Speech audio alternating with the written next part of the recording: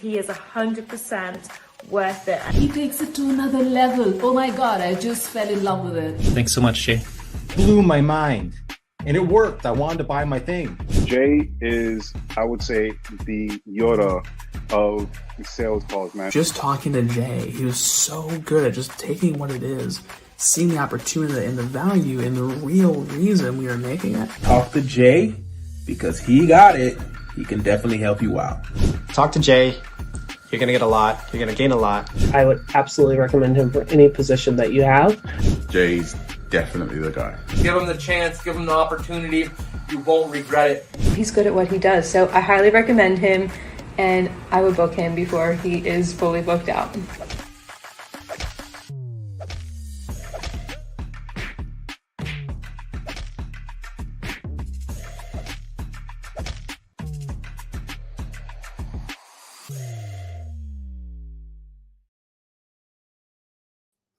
What is up, ninjas? Welcome to the Sales Ninja Show podcast, where we cut through the noise, ditch outdated sales tactics, and show you how to close deals with confidence, strategy, and integrity. I'm Jay Lee, the founder of Sales Ninja. As a former banker, former introvert, former pastor, and high-ticket seven-figure sales ninja, I now help grow and scale businesses without the need for pushy tactics. And that is the heart of the reverse glass selling method, a kingdom-driven approach from the Bible in 1 Peter 3:15, which is built on trust, service, and true connection. My mission is to help 1 million people break the cycle of generational poverty so that you can sell more to give more. Today's guest is recognized for his work in high-ticket sales, offer development, and revenue optimization.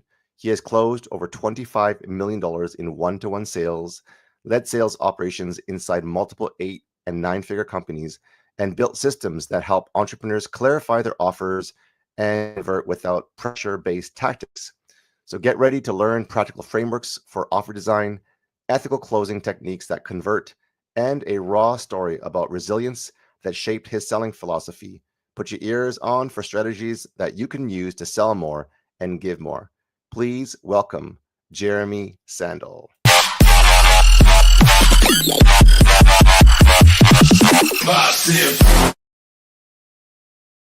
What is up, Sales Savage? How you doing today? What's up, Jay? That's a cool intro you got, man. Thank you. Thank you. That is pretty impressive. $25 million in one-to-one sales closed and helping 8- and 9-figure companies. So let's start from the beginning.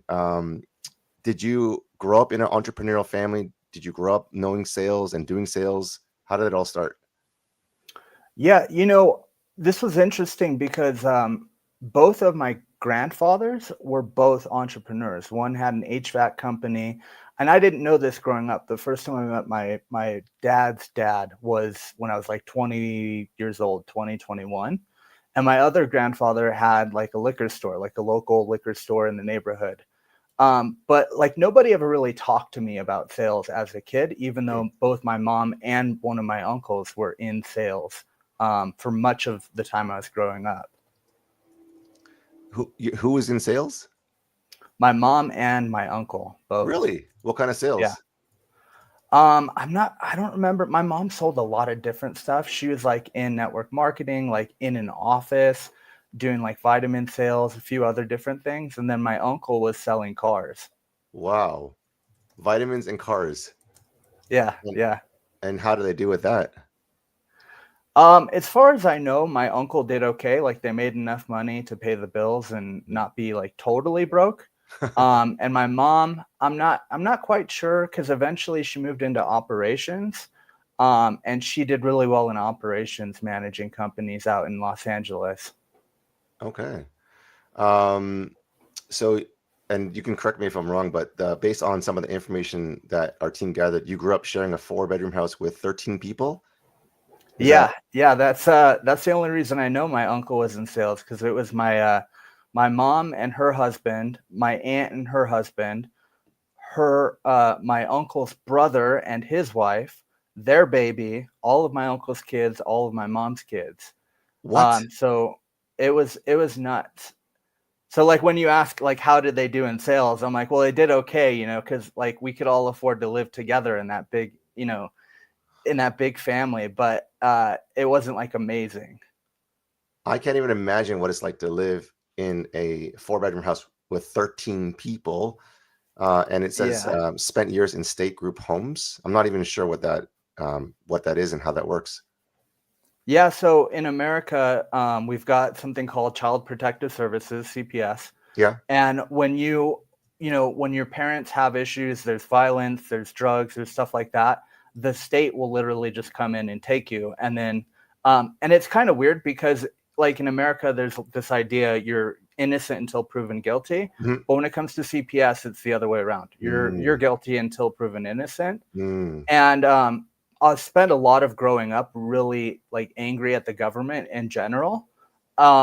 And it wasn't until I was like a full grown adult that I understood like I might have actually dodged a bullet by being taken by a CPS when I was a kid. Because there was a lot of violence in my household and there were a lot of drugs going through that house that I didn't know anything about it. As a kid, Really? I didn't know anything about it. How did you not know? Honestly, the way my family was, it was like the men were out of the house during the daytime at work. So we were alone, and both my mom and my aunt worked nights. So they were asleep when we were home. So like during the daytime, from the time I got home from school until 6 or 7 o'clock at night, I was just running around doing whatever I wanted. Like we would grab our skateboards and go. And like we'd literally, like, it sounds crazy today because nobody would do this with their kids, but like we would skate an hour away from our house and be gone and come back later on. And like nobody ever asked like, where did you go? What happened? It was just expected that when we got home from school, we should be outside doing whatever. When you were 6 or 7 years old? This is probably closer to when I was like 8. That's young. That's like grade 4. Yeah. 4th and 5th grade. Oh my gosh. So, I mean, is your house like Breaking Bad? I don't know if you've seen the series. Like, it wasn't. None of my family, as far as I know, were actually like dealing drugs. They were just drug users, and I think part of it was like a lot of my family are high in anxiety.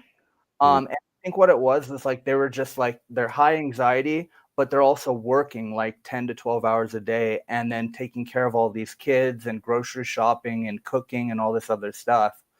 But like, it's weird how as an adult you look back on stuff and you're like, man, how lucky am I that I went through this? Because like, I'm incredibly resilient. There's like a good example. We were talking on Instagram yesterday. Yeah. I was at the gym trying to deadlift 335 pounds. I've never done it before. And I just kept trying. I was like, if I keep trying, maybe it'll work, and it's like 5 or 6 tries. And a lot of people I think would stop. Like they do it, they try one time and they would just stop. But going through all this like violence in the household, and then also like being very independent. Like, I mean, we would cook our own food a lot of the time because there wasn't anyone around to cook. Wow. So you grew up, raising your own self? Yeah. And then once I was in group homes, a lot of that is like, it's not the best system in the world. And if you look at the statistics around group homes, they're pretty bad. It's really dismal. Like more than 80% of people who emancipate, meaning they're now considered an adult from group homes, more than 80% are homeless and on drugs within 1 to 2 years of leaving. So it's a pretty bad thing. But when I was there, I was so used to doing stuff myself already. I didn't have a lot of the struggles other kids did that were there, because I was like, this is easy. Like I cook for myself all the time. Like I wash my own clothes all the time. Like none of this is strange to me. That is interesting because a lot of people would either be victimized, which is a victim mentality, saying this is woe is me, and just kind of break. Other people might, in depression and, with issues with their parents, if you're not around being raised by parents, have this void. But you operated in a different OS operating system where you kind of were resilient and you said, hey, I can take life and decisions in my own hands. How did you do that? Like when most or a lot of people would usually crumble and break under the pressure. You know, it was kind of two things. One was I was very angry for a long time. And one of the benefits, and this maybe we can get into this, maybe not, but one of the benefits of anger is it forces you to act on your own a lot. And so what ends up happening is it becomes habitual that you just do things yourself because you're like, dude, who's going to help me? Like nobody's coming. And then the other thing that really helped me was when I was 20 or 21. I found out I was going to be a dad, and I was like, I got to be an adult now. You know, I'd spent 8 years on drugs. People always ask, like, what was your drug of choice? And I was like, if you could put it in my hand, I would take it, because my problem wasn't a drug addiction. It was, I don't have a way to deal with this stuff that happened to me. I don't know how to deal with this stuff. But when I found out I was going to be a dad, I was like, I need to make money on the internet. I know it's happening. It's got to be happening. This is around 2011, 2012. There's no way all this stuff happens on the internet and nobody's making any money. And I got into a network marketing company. They sent me a kit with protein powders and vitamins, but there was a DVD in there of Jim Rohn. I think it was called How to Live Your Best Life Ever, or How to Have Your Best Year Ever. And I remembered watching that, and it was like therapy for like probably 3 months. I watched that DVD from the beginning to the end every day. Wow. Because he said all the things that I was saying. He was like, you know, I had all these excuses, like the taxes are too high, the government, my neighbors, my family. And I remembered how silly I felt when I heard it, because I was like, I'm an adult, dude. Like, what of these things is keeping me broke? What of these things is keeping me unhappy? Like, it's all me.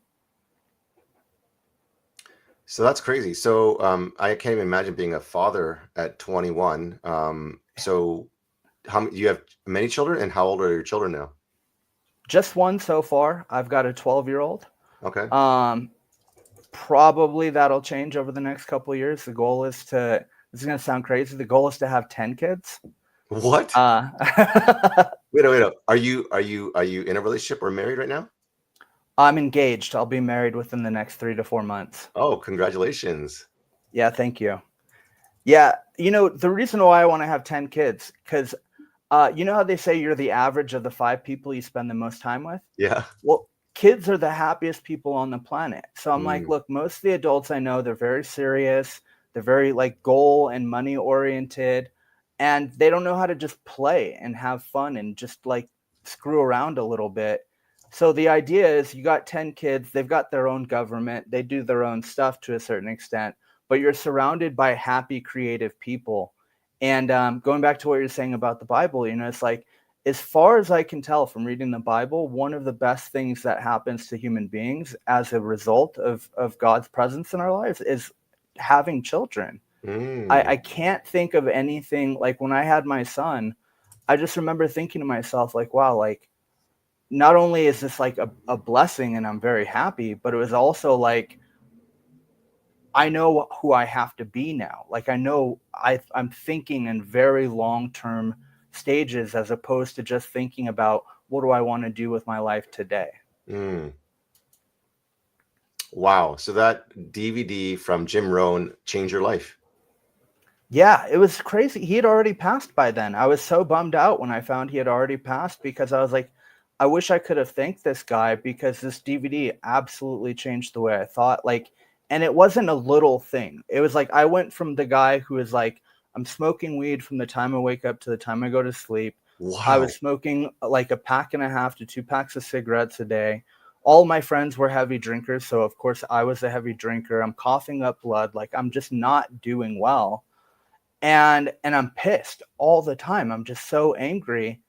And I watched this DVD, and it was like night and day, like immediate shift into a totally new way of thinking, a totally new reality. So while you're listening to Jim Rohn, you're like high and, you know, drunk and, you know, smoking weed and smoking cigarette. I can't even imagine how you could even process things. Yeah. You know, I think this is a genetic thing, but like the first time I ever got drunk, I was 13. I drank 2 40-ounce beers at 13 years old. What? So like I genetically, for whatever reason, my body metabolizes stuff like that really fast. So when I watched this Jim Rohn DVD, the first time I watched it, I was smoking weed. I probably was drinking a couple of beers when I was watching it, but like it was just normal. Like right now, you and I is like that's just how I was. Like it was just the way I was. And it was crazy because like when I think back, this is about 15 years now. I think back and I'm like, it seems like I remember it as if it was a movie. Like, you know, you watch a movie that's really good, you're immersed in it, and then you think about it later on, but it's out there, it's something else. And it's like my life and my mindset and everything is so different now compared to then that like it's hard to even like remember it as if it was me because I'm not the same person. That's crazy. So I'm actually amazed by the transformation because coming out of being, you know, an alcoholic at a very young age, being in group homes, you know, smoking weed from wake to sleep, you know, smoking 1 to 2 packs of cigarettes. People usually don't come out of that, at least not for a very long time. And, you know, having a son and, you know, learning at a young age that no one's going to save you, no one's going to rescue you. And like you said, you know, your dream is not just to have one child, but, you know, God's gift is having children, which is that 10 kids and being in a place where, you know, you can be that adult that can teach them how to have fun and learn at the same time. I think something about not just magical, but powerful about putting fun and learning together. Because when learning is like, you know, a drag, it becomes something that people don't want or desire. But when we put or gamify, you know, like that's why, like, you know, my favorite subjects in school were like gym, lunch, spares, and, you know, when the bell rang so I can go home. Yeah. Yeah, I was really lucky early on. When I was like 5 or 6, I was taken from my parents and I was allowed to stay with my grandma and my grandpa. And my grandma like got me into reading. Like she got me into learning. And my whole life, like even when I was on drugs and drinking and stuff, my whole life, I always thought the learning part was the most fun because it's like you're on an adventure. You're like learning new things. And it's like the whole world becomes bigger every time you learn something new. I know we can keep going on with the whole personal story, and that will be woven throughout this podcast interview.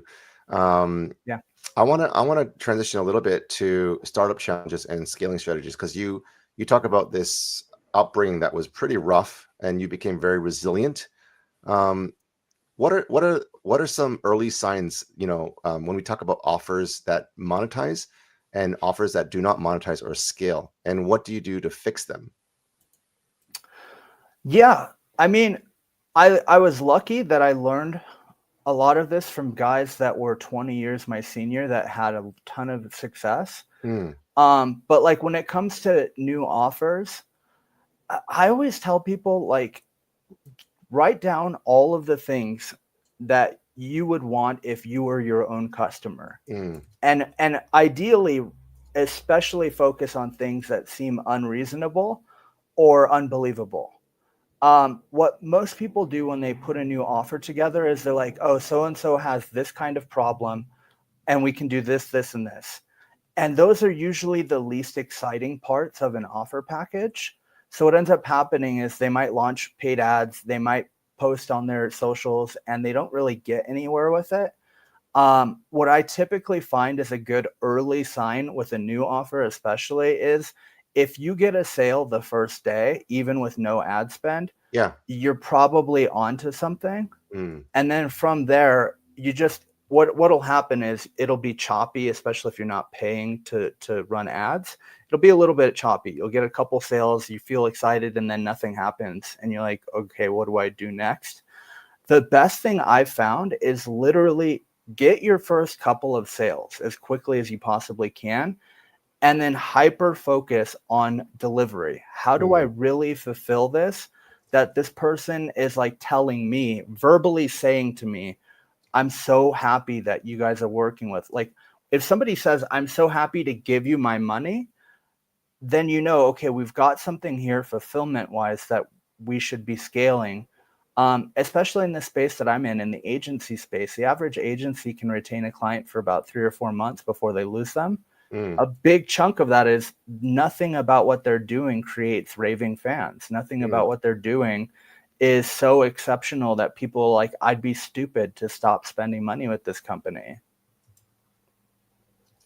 Okay, so that was really powerful. So some signs that offers will scale is if it sells on the first day without ad spend, then you're onto something. Hyper focus on delivery. I think I heard you say agencies retain clients for an average of 3 months. So if you can hyper focus on delivery, you can have LTV, which is like a lifetime value for the clients to stay on. Because if you're giving them results and delivering, then they won't ever want to leave, right? Yeah, exactly. Okay, so what's in terms of leadership and team building, because I know you've helped 8-9-figure companies, what's one hiring mistake founders keep repeating when building a sales team? Yeah, you know, I think the number one sign of a healthy sales organization is a high amount of turnover. In general, I've found in order to find one exceptional salesperson, you have to hire about 20. If you're lucky, you've got an established brand. Sometimes it can be 12 to 15.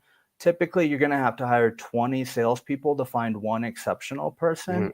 But having high turnover, it does a lot of things psychologically most people don't think about, which is, number one, the salespeople that are there are like, hey, I'm going to get kicked out of here if I'm not making deals happen. Right. And the second thing that it does is it keeps the energy high. When there's a lot of people coming in and going out all the time, it keeps the energy high. And the people that are exceptional, that stay long term, what ends up happening is you might end up, let's say, with 5 A players. Like, I mean, I'm talking salespeople who can do, 250 to $500,000 a year in commissions. That becomes the model long term for how the rest of the organization should perform.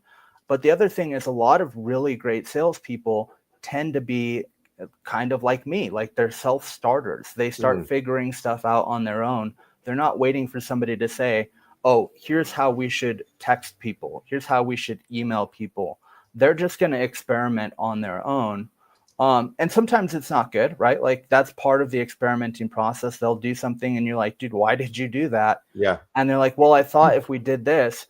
But that's actually a good sign. If they're trying stuff on their own and they're failing, and you're like, why did you do that? And they say, well, I was thinking about it, and the way I thought this would work is if we do this, and then this, and then this, we'll get this result. That's a sign of high levels of intelligence. And those people will eventually become sales managers, regional managers, etc. But the big mistake a lot of organizations have when it comes to sales is they try to find the perfect person that interviews well, and they hire one. And then that person comes on and you find out they're just great at interviewing. They're not great at closing. Okay, that's beautiful. So let's say you're tasked in an agency. I know you have one, but to scale an agency, and let's say you have like 6 appointment setters, and 1 closer.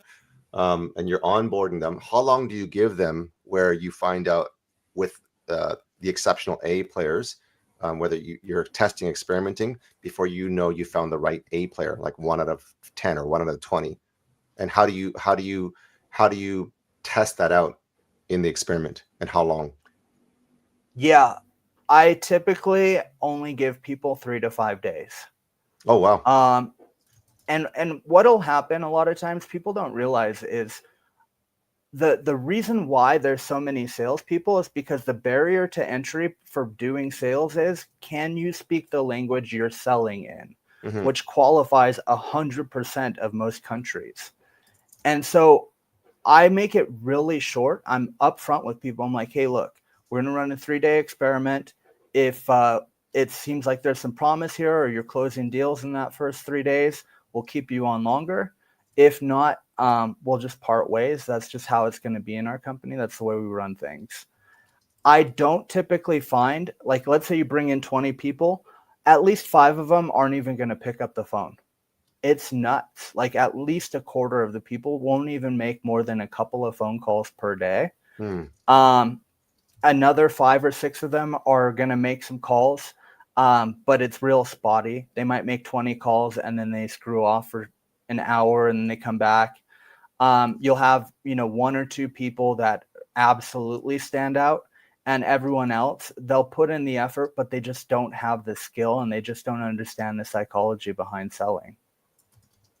What is a criteria? So, so when you say these stats of 20 people, 5 people will not pick up the phone, 5 may make calls and kind of waste time, 1 or 2 people may stand out, and everyone else put the effort, but they don't really know the skill set. So what are you asking them to do? A certain number of KPI, like 50 dials, 100, 150 dials, whatever? What are you asking them to do? Yeah, typically it's 100 dials a day. And just to give like people context, if they're not making phone calls for sales, when I ran an insurance agency, I was literally making 150 to 200 dials a day. So 100 is like below what my own personal standard was. So it's 100 dials a day. And out of that 100 dials, if they're a setter, they should have booked at least 4 to 6 appointments.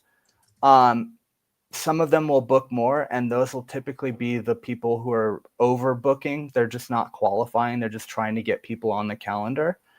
And then on the sales side, we should either see, number 1, that there's a sale that happens or multiple sales that happen, or number 2, that they had sales calls and then they scheduled them to bring me onto a sales call because they're like, hey, look, I think this guy could spend $5,000, $10,000, $20,000 a month, but I just don't know what he needs to be able to close this. And then they bring me in to close the deal. So let's talk some numbers here, because I'm trying to, and this is really good. So let's say they booked 5 appointments for 150 dials. So if my math is correct, that's like a 3% booking rate ish. Yeah, I would say closer to 5%. Okay. Because I mean, the dials, not everyone picks up, right? So we got to figure out what's the pickup rate?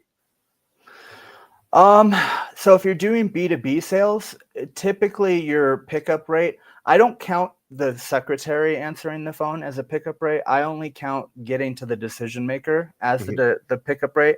So I would say typically you'll get about 15% of people and it depends also on the setter, right? Like if the setter is kind of a scaredy cat, you might get 8% actually getting the decision maker on the phone and getting something booked. Okay. So from the 8 to 15% that actually pick up, what percentage is booking? Oh, you said 5%? Yeah. Around? Yeah. So for me specifically, and like for anyone listening, it's a good idea to keep in mind, I've been in sales for 14, almost 15 years. Yeah. For me specifically, I would expect half of the people that they actually get on the phone to book an appointment. A big part of the reason for that is because of the scripting that I give people. And we'll probably talk about this, but a lot of my scripting is very different from how most sales organizations reach out. They're like, hey, it's so-and-so with this company. Did you have a minute? Like, we don't do any of the cheesy stuff that everyone else does. So it makes it very easy to get booked calls. So if I heard you correctly, because I heard 5% booking rate before, but you're saying that you expect them to book half? Half of the people they get on the phone. So like if let's say we get 8 to 10 people on the phone, 4 to 5 of those should actually end up booking. I see. Okay, so we're talking like a 50% booking rate. Yes. Okay. So what's different? Tell us. That's a perfect segue for your scripting, because those numbers are pretty impressive. And I was talking to another guy who is in insurance, another guy who is in recruiting, and they get a 6 to 10% pickup rate, which is much lower than what you're talking about. And the booking rate is abysmal. I mean, nowhere near what you're talking about. Yeah. So there's 2 things that I do. One happens before anyone actually makes sales calls, and one happens on the sales call. I don't know where I came up with this idea. If there was somebody else that did it and I learned it for them, I'll give them the credit. But when I go into a new market segment, what I typically will do is I will personally call 100 businesses in that market segment, and I won't call to sell them. I will literally call, say, hey, my name is Jeremy. I'm a student. I'm doing a report. Let's use real estate as an example. I'm doing a report on real estate. I'm really interested in the industry. I was just wondering if John's around. Can I ask him like 3 questions so I can put this report together? And so it's very sneaky, right? Because I'm not being totally honest, because a lot of what I'm doing is a little bit deceptive. When I say I'm a student, their immediate assumption is I'm in college. Right. When I say I'm putting a report together, they assume I'm writing a report for college. For school. Right. Yeah. But I read more books than most college kids do. And I write a lot of reports. They're just not for a professor. They're for myself. Right. So that allows me to find out before any salespeople are calling, to find out what it is that people are dealing with in terms of their problems. So if I get John, the real estate agent, on the phone, say, hey, John, student, writing a report. I just wanted to ask you 3 questions, if that's cool. The first one, can you just tell me a little bit about what it's like to be a real estate agent? Like, what is your day like? Like, what do you, how does this work? And I literally will mute myself on the phone and just let them talk. Just talk. And I'm taking notes. And then the second question is, like, what's the best part of real estate? Like, what is it that you like? What got you into it? Again, mute, talk. I'm taking notes. And when I'm taking notes, by the way, this is a good thing for people to know. Some of my notes are very short, just 1-word things that I can remember later on that they were talking about. But some of them I will literally quote that person when I'm taking the note. Because when you do 100 of these phone calls, you'll find that people will say the same things. You'll talk to 100 people and they'll use the exact same phrases. And one of my mentors calls this direct keyword matching. So when you're on a phone call, you don't rephrase stuff back to people. You repeat it back to them in their exact same words. Right. And so then that second part that comes in is, now that I've talked to 100 people, I asked, what is this business like? What do you like about it? The third question is, like, I always make it a little kind of a joke. I'm like, what don't you like? Like, what's the biggest pain in the ass in real estate? Like, what am I getting myself into if I decide to become an agent in the future? And I've got those 3 things, and I've got enough data to know, okay, everybody's saying Facebook ads don't work for real estate agents, or everybody's saying, I can't figure out how to get views on Instagram or go viral or whatever it is. So then when I have my sales team calling, I already know what words are in that person's mind before the salesperson picks up the phone. So my scripting is based around the data I've already gathered, and it sets them up that they feel confident, because I'll just tell them straightforward, hey, just so you guys know, before I wrote this script and gave it to you guys, I called 100 different companies and talked to them, and they all said X, Y, and Z.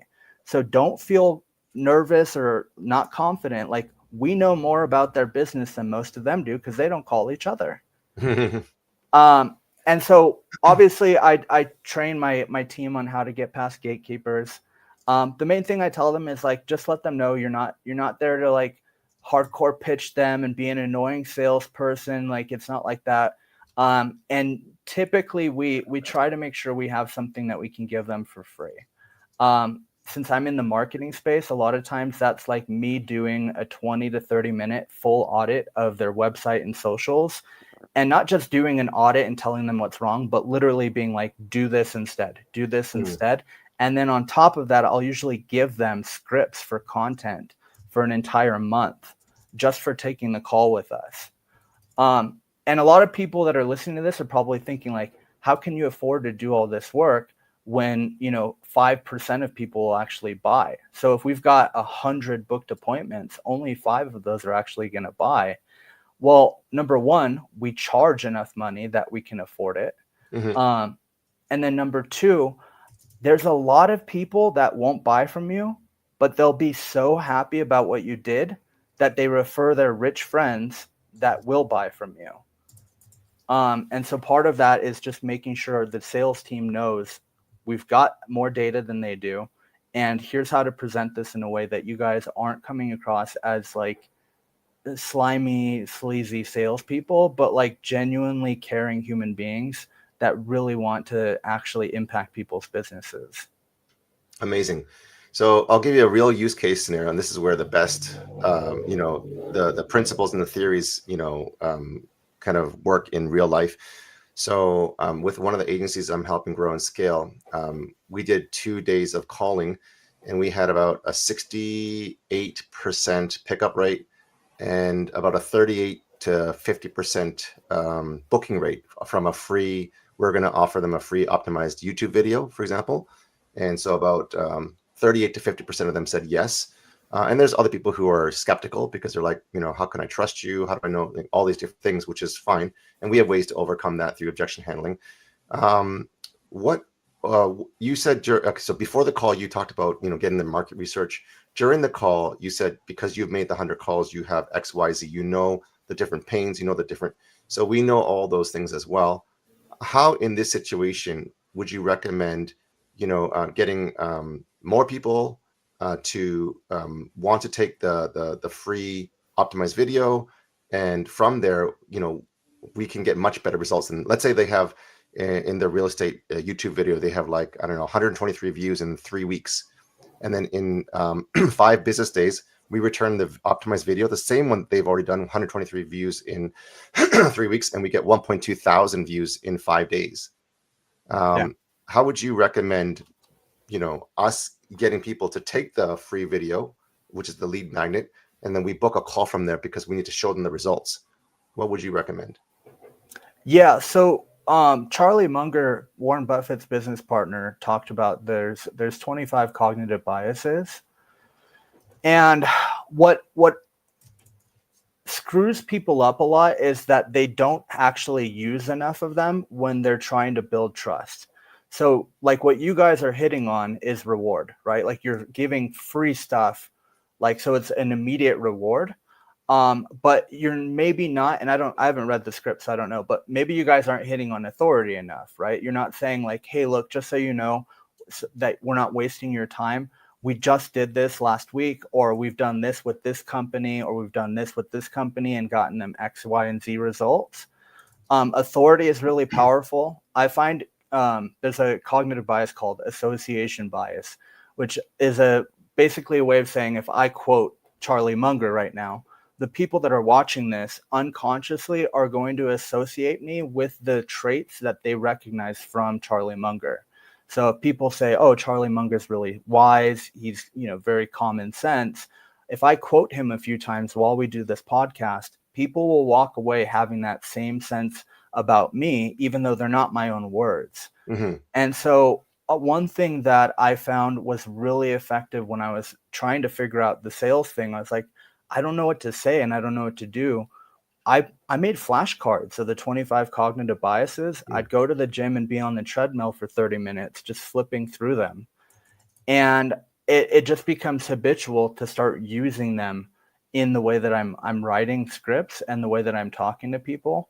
And this is a big part of the reason why I don't do a ton of objection training, because I'm like, if you hit on a lot of this stuff ahead of time, and also you can remove a lot of objections at the beginning of the call, when you get to the end, it's almost either they can't do it and they can't afford it, so they just try to make an excuse to get off the phone, or they're just working out payment terms with you. Mm-hmm.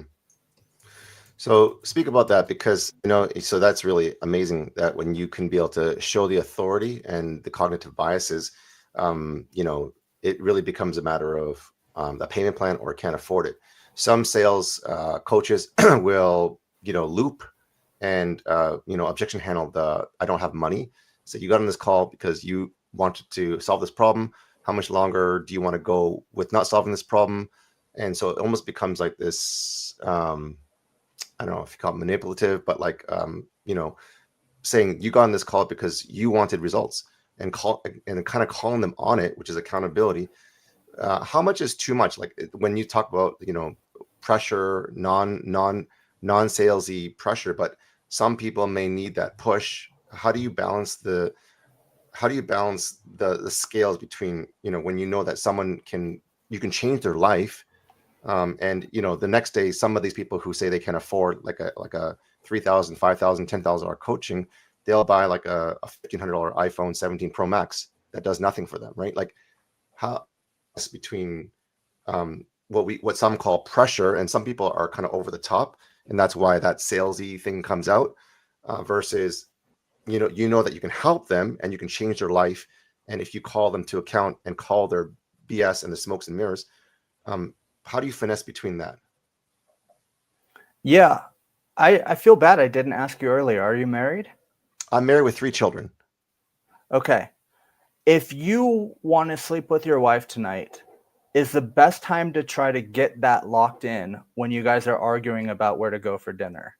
No. Right. So this is the big stupidity of sales. People are like, well, wait till the end. We'll deal with the objections while we're trying to get them to pay. It's absolute insanity. That's why a lot of the sales training that's out in the market right now is just nonsense.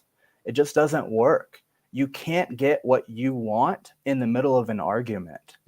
And so what happens is, I've found there's basically 5 objections, right? There's like no need, they don't want, they're not the decision maker, they don't have time, or they don't have the money, right? Now there's 10 variations of how people will say it, but it's basically 5 things. All of those can get removed in the first 8 minutes of a sales call. And when I say 8 minutes, this is not like this is not just some idea I had. I literally had a timer. I bought one of those stopwatches, and I would time myself on sales calls. So when you get on the sales call, you ask, hey, just so we're not wasting time, I don't like doing like 10 calls. I'm sure you don't like it either. Is there anyone else, like is your wife or your husband involved in the business? Do you have a business partner? If I'm selling marketing services, do you have a CMO that you can bring into the call that it's going to be important for them to hear this? And I frame it in the way that I say, I want to make sure that I'm not wasting your time. I obviously don't want to waste my own because I'm selfish like everybody else. But on top of that, I'm going to share some stuff with you guys on this call that will absolutely help your business, even if we don't work together. So is there anybody else that should be on? Right. I talked a little bit more. There's less than 1 minute. So 1 minute, 1 objection's out of the way. Right. Within the first 5 minutes, especially when you sell B2B, you should be asking revenue questions. Between 5 and 8 minutes is about the sweet spot for that. What's gross revenue? What's net? What's the most profitable product? What's the least profitable product? Stuff like that. That gets the money objection out of the way early on, because if they tell you we're doing $3 million a year and we've got net profit of $800,000 and your offer is $5,000 a month, that's less than 10% of their net revenue over the year, right? So that's $60,000 for the whole year. That's about 8% of their net revenue. Most people can make that decision in 1 phone call. You don't need 10 phone calls for that. Right. So you've got the partner, you've got the money. Want and need are interesting because you don't need it if you want it, and you don't have to want it if you need it. Like women will spend $3,000 on a purse. Yeah. You don't need to spend that much on a purse, but you want to, and the vice versa. People don't always want to buy groceries because it's a pain in the ass, but you need to eat to live. And so those are pretty easy because you just ask simple questions. Hey, what's your goal? Like the easiest question to ask, what's the goal? And people will tell you, well, we want to increase revenue by 30% over the next 12 months. Got it. So about whatever that number is, about $150,000, about $500,000, whatever. And the cool thing about asking that is when people tell you their goal, if their goal is 5 times the amount of money they're going to pay you, it would be silly for them to say, well, we can't afford to spend that much money because blah, blah, blah. Like, dude, your goal is 5 times over what we charge. This is a no-brainer. This is not even expensive.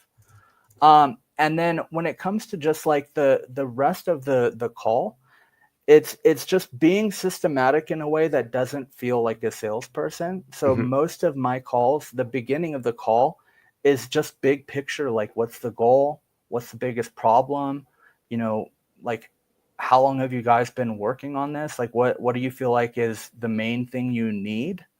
And a lot of people, what happens with salespeople is they'll ask, well, what do you guys feel like you need? And they think that's the real answer. Most of the time, people confuse the symptom with the actual illness. So they'll say, well, we'd just like to get rid of X, Y, and Z. You as a salesperson have to understand that's happening. That XYZ problem is happening because of this other thing, and then be able to explain it to them when you're actually pitching them.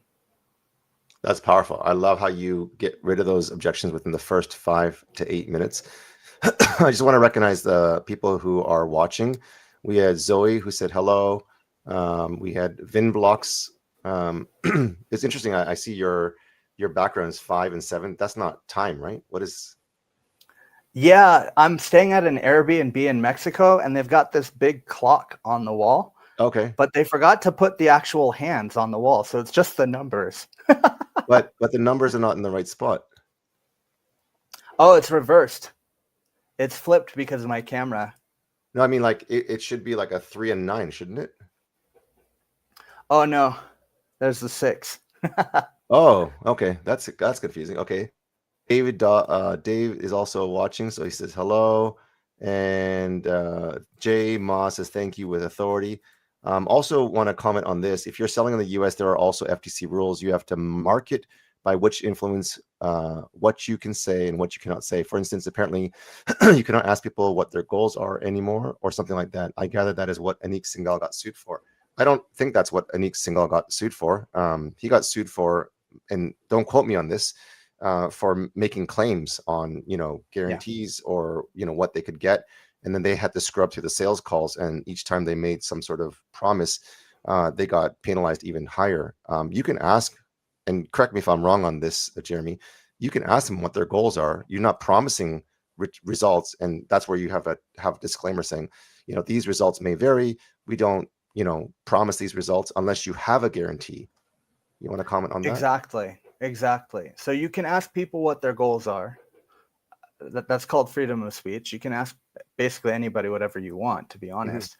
But when you actually pitch people, there's 2 ways of going about this. There is no guarantee, which is the safest, but the least attractive. Yeah. Or the guarantee is we're going to do X, Y, and Z, and we're going to do that until you get X result. So if you say, I'm going to help you guys make an extra $100,000 this year, and you don't, well, then you have to refund them.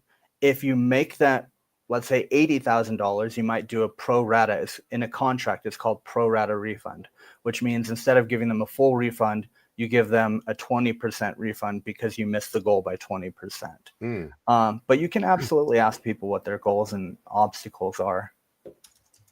Okay, cool. So there's also aspect. Tizzy says LOL. That's one way to do it. So thank you guys for tuning in. If you guys have any questions, let us know. I know we're already coming to the end of our time. I've just been having so much fun here. We probably need to do a part 2. Let's go to maybe one of the last questions, and I'm going to do a lightning round and ask you fast, punchy questions just to kind of learn who Jeremy Sandell is and learning more about who you are behind your agency.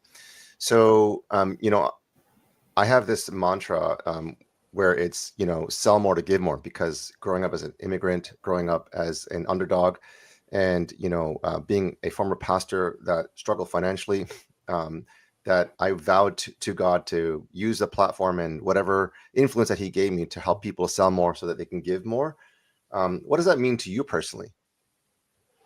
It's funny that you said that, because my mantra is very similar. It's like, it's just on the other side of the sales process, which is whoever cares the most closes the most. And I think this is really important for people to understand.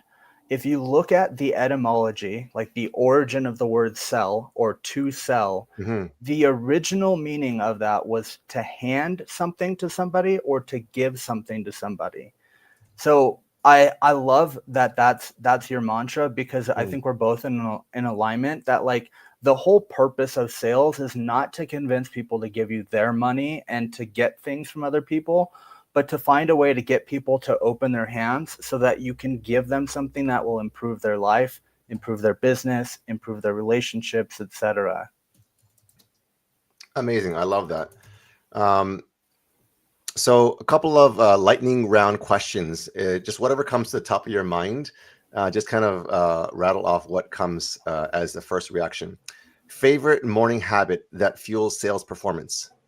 Meditation. Best book you recommend for offer design?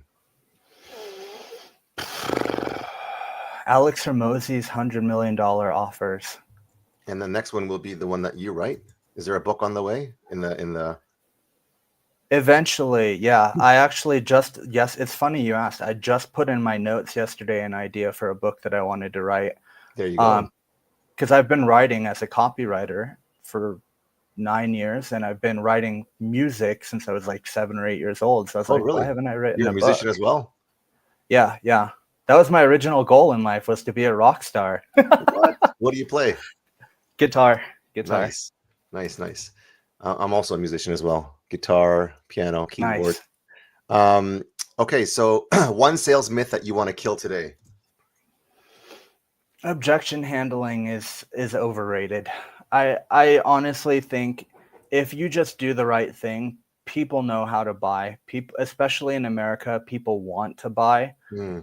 So it's like, if you can just show people, Eleanor Roosevelt, I think it was FDR's wife. We had 2 Roosevelt presidents in America. I can never remember which one it was, but she said, people don't care how much you know until they know how much you care. That's like 50% of the sales process. It's just showing people, like, this is not me trying to get something from you. I genuinely want to help you. I want to make your life better. I love that. And I live by that as well. One daily metric every founder should watch out for. Revenue. Okay. But I guess the activity in terms of KPIs, what would help generate that revenue? Yeah, this is hard to quantify, but it's not impossible. It's just the general excitement of your team.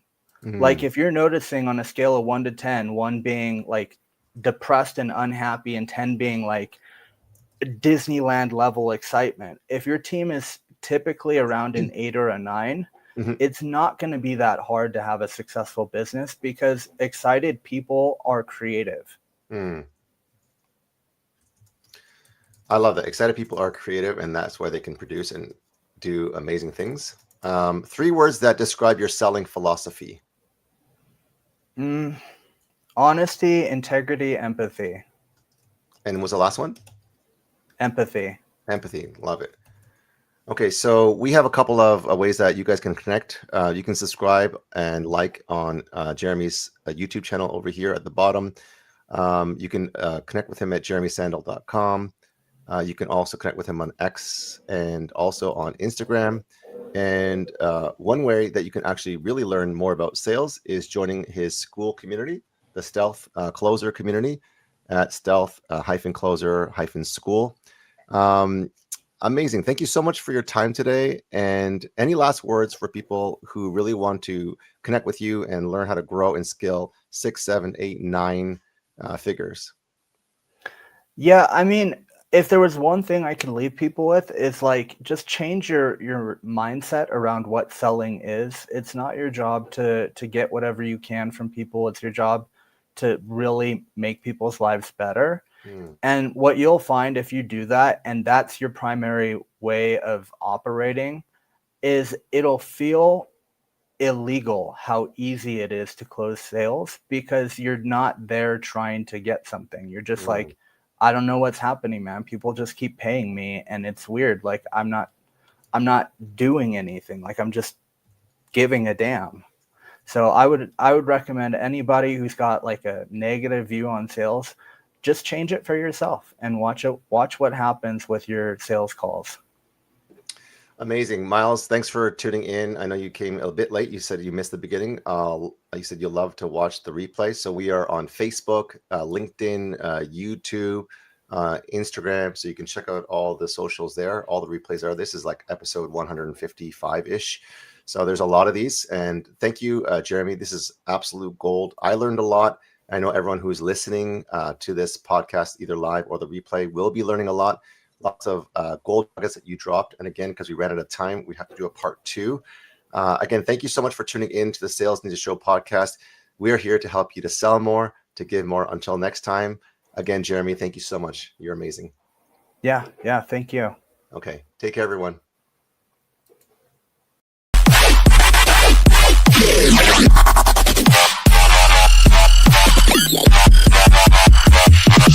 Massive.